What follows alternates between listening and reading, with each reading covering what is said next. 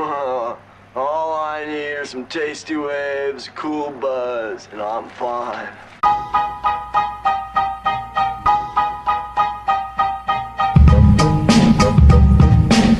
Good morning, everybody. It's the Friday 5 for June 5th, 2015. This is episode 008.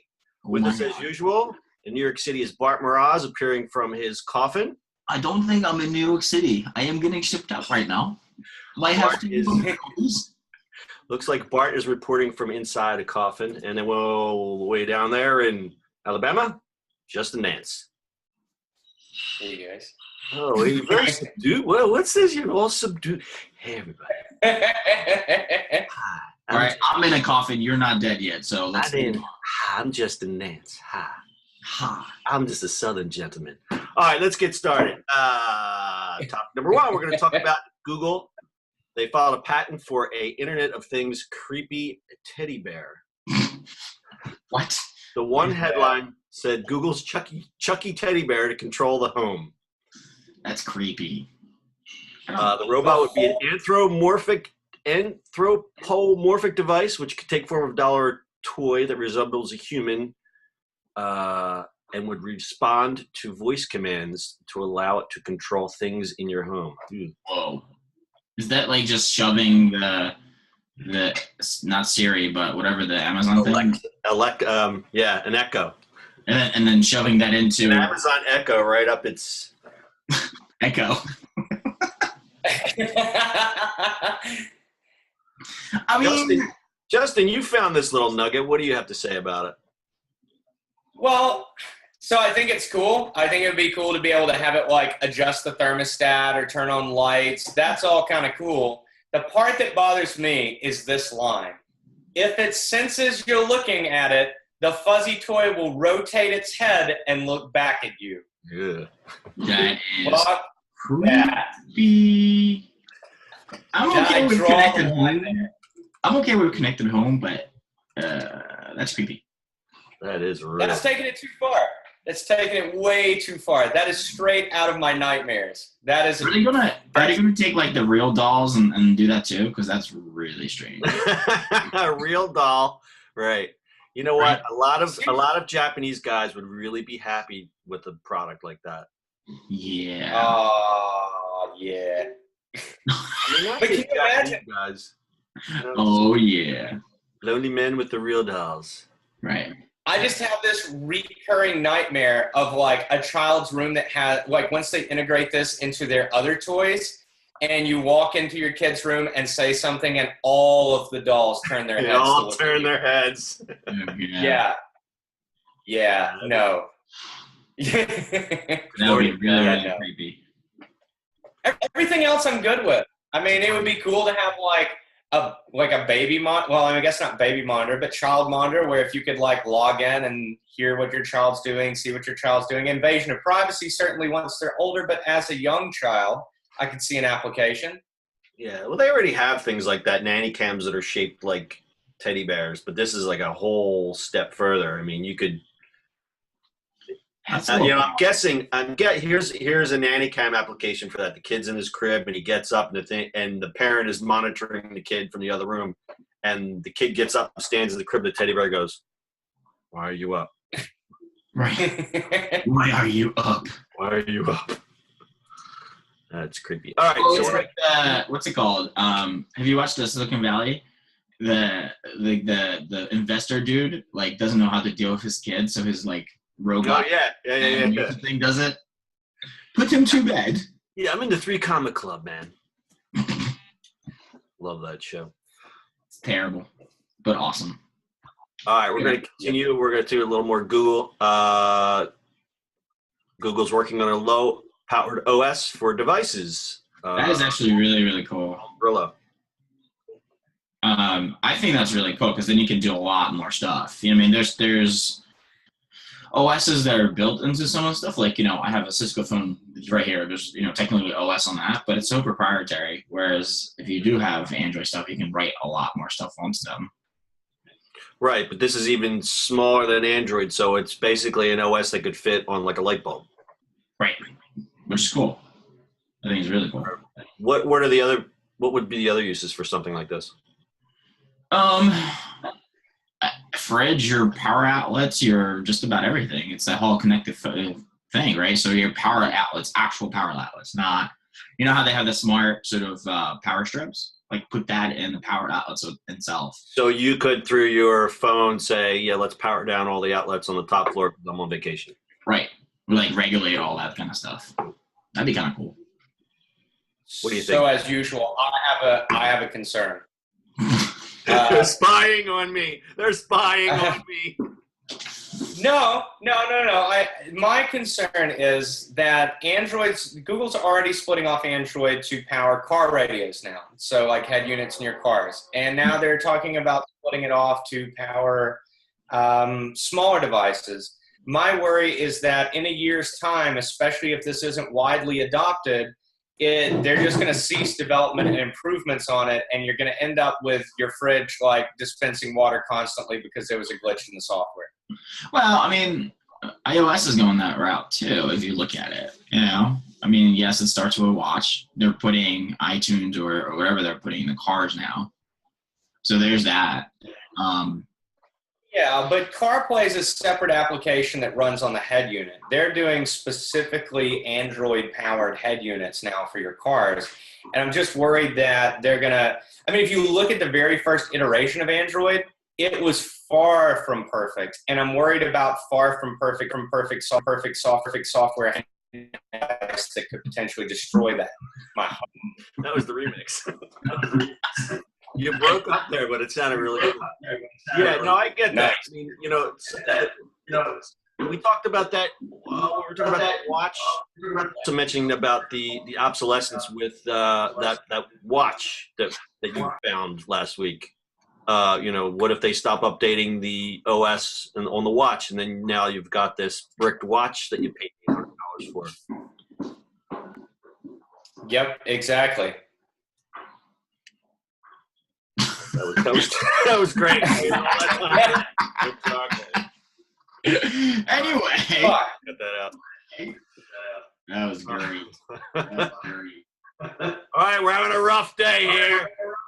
It's raining. Who cares? Just go through it if it's echoing from it. It's time for lunch. Speaking of lunch, we're going to talk about Chef Watson. You may remember Watson. Watson was the robot, the one on Jeopardy. Well, now Watson writes cookbooks. I kind of like this. Like, I like it for... Well, let's explain what it is. Watson will take what you want and what it's already learned about taste and chemical compounds to find possible combinations to work together. It understands food on a molecular level. So you could pair things that you never thought would go together, but Watson knows on a molecular level that they will indeed taste good. So does it, like, build it and then squirts it? Like the pink goo for chicken nuggets? Ooh. Do you like that?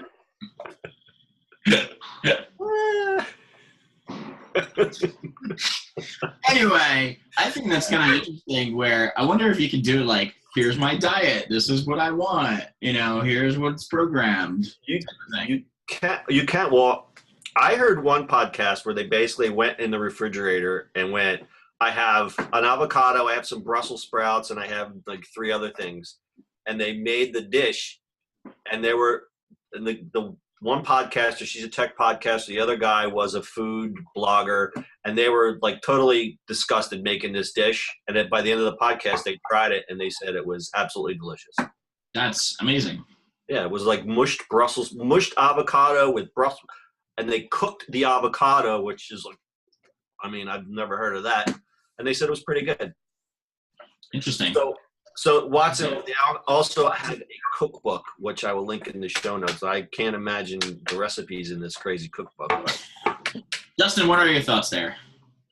With squirrels. It makes me angry. It makes me angry. Why does it make you angry? Because, right? How many Watsons do we have? One Watson, right? Is this really what we use the most powerful fucking computer in the world for? Is this really the application? we took time to write an application for this. We put the greatest minds in the universe to put avocados and Brussels sprouts together. Exactly. What are we doing? What are we doing? Forgetting to cure cancer. I mean, you know.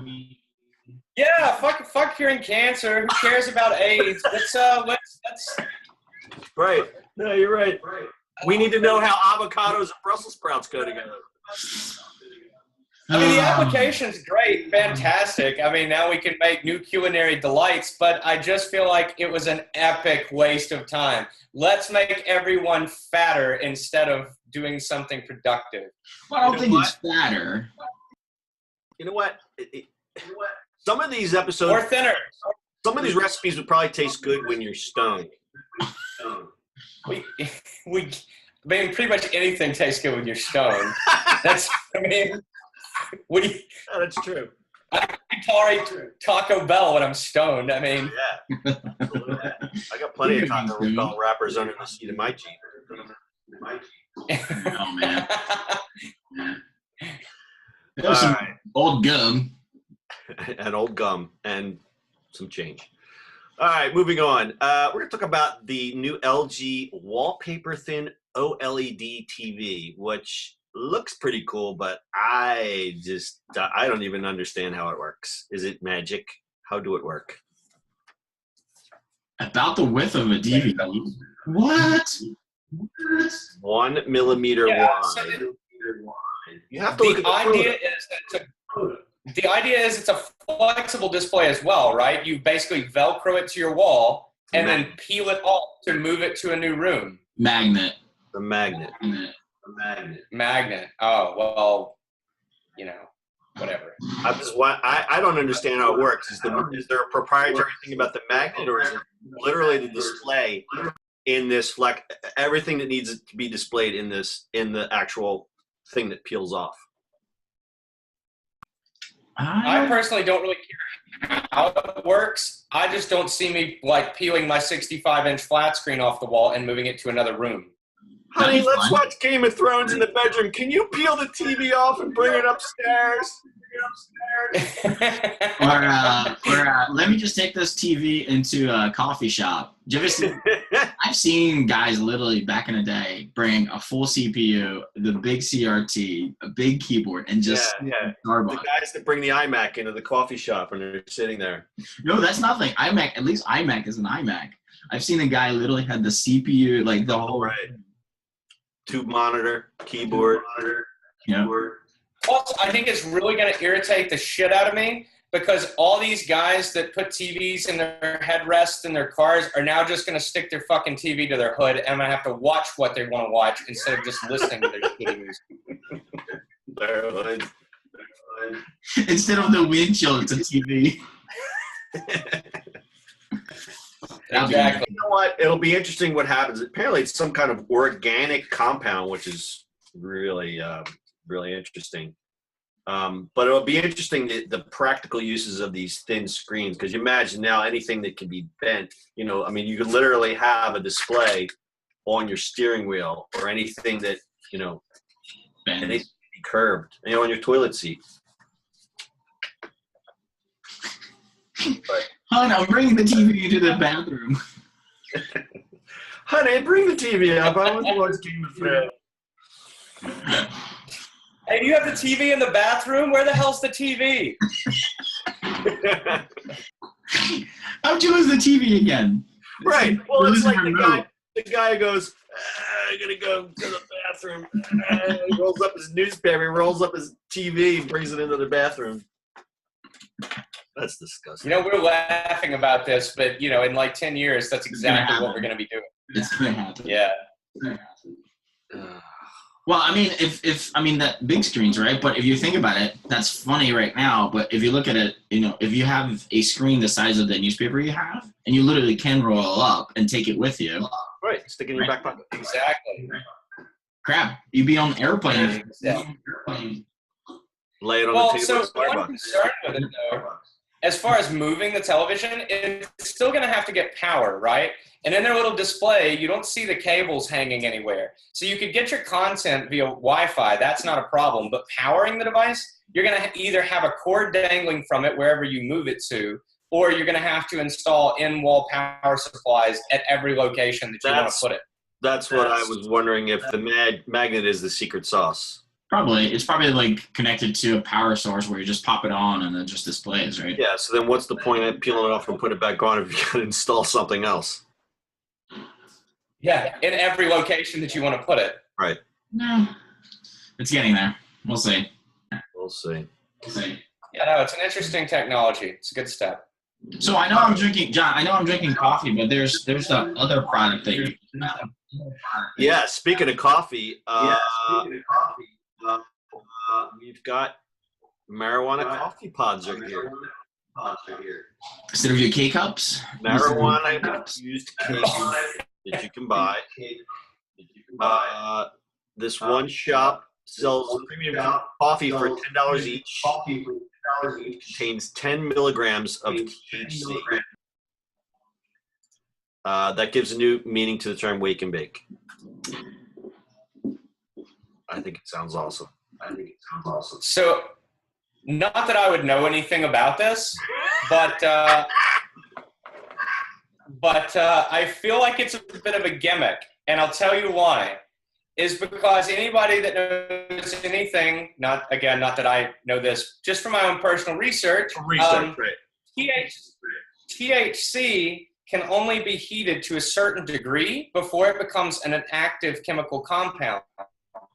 And I'm guessing the temperature of the water required to brew the coffee would actually inactivate the THC. Oh, damn science. I'm guessing this is literally just a marketing scheme. I mean, it may actually have THC in it, but it's probably not going to do anything by the time that you run boiling water through it. You know what? You're always here to bust my bubble. Sorry about that. But it's a great, it's a great idea if you... Dustin, you've done extensive research on this, right? Extensive. Apart from after you have your morning coffee, then you actually need to go down to IHOP and consume a buffet.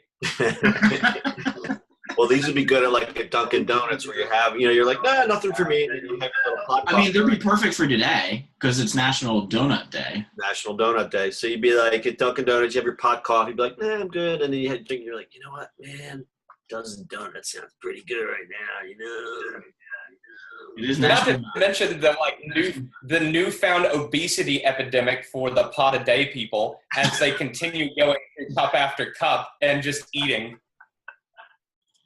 But man, they're so mellow. You would never get your stuff because they would be like long-term, it would take them forever to serve you any coffee. They'd be like, oh man, I forgot. Oh, bro, can you wait a second? Yeah, man, hold on. Whoa. maybe actually, if they didn't serve it, maybe they'll actually call your name right. Bro, what did you want in your coffee again? Oh, dude, I am so sorry. Hold on. Hey, what's up? Coffee? Yo, man. Oh, man. No, that was actually a pretty accurate impression. John has done research too. I'm a man of science. I do research. All right, bros. This concludes the episode of Fun. Yo, man, I'm gonna go have some coffee. Seriously, it's about that time. Have Watson cook me up some lunch. All right, boys, you want to wrap it up? Wrap it up. Good. Have a great one. I need some more coffee. Have a great weekend. Have a great weekend. Peace. Oh, that's funny.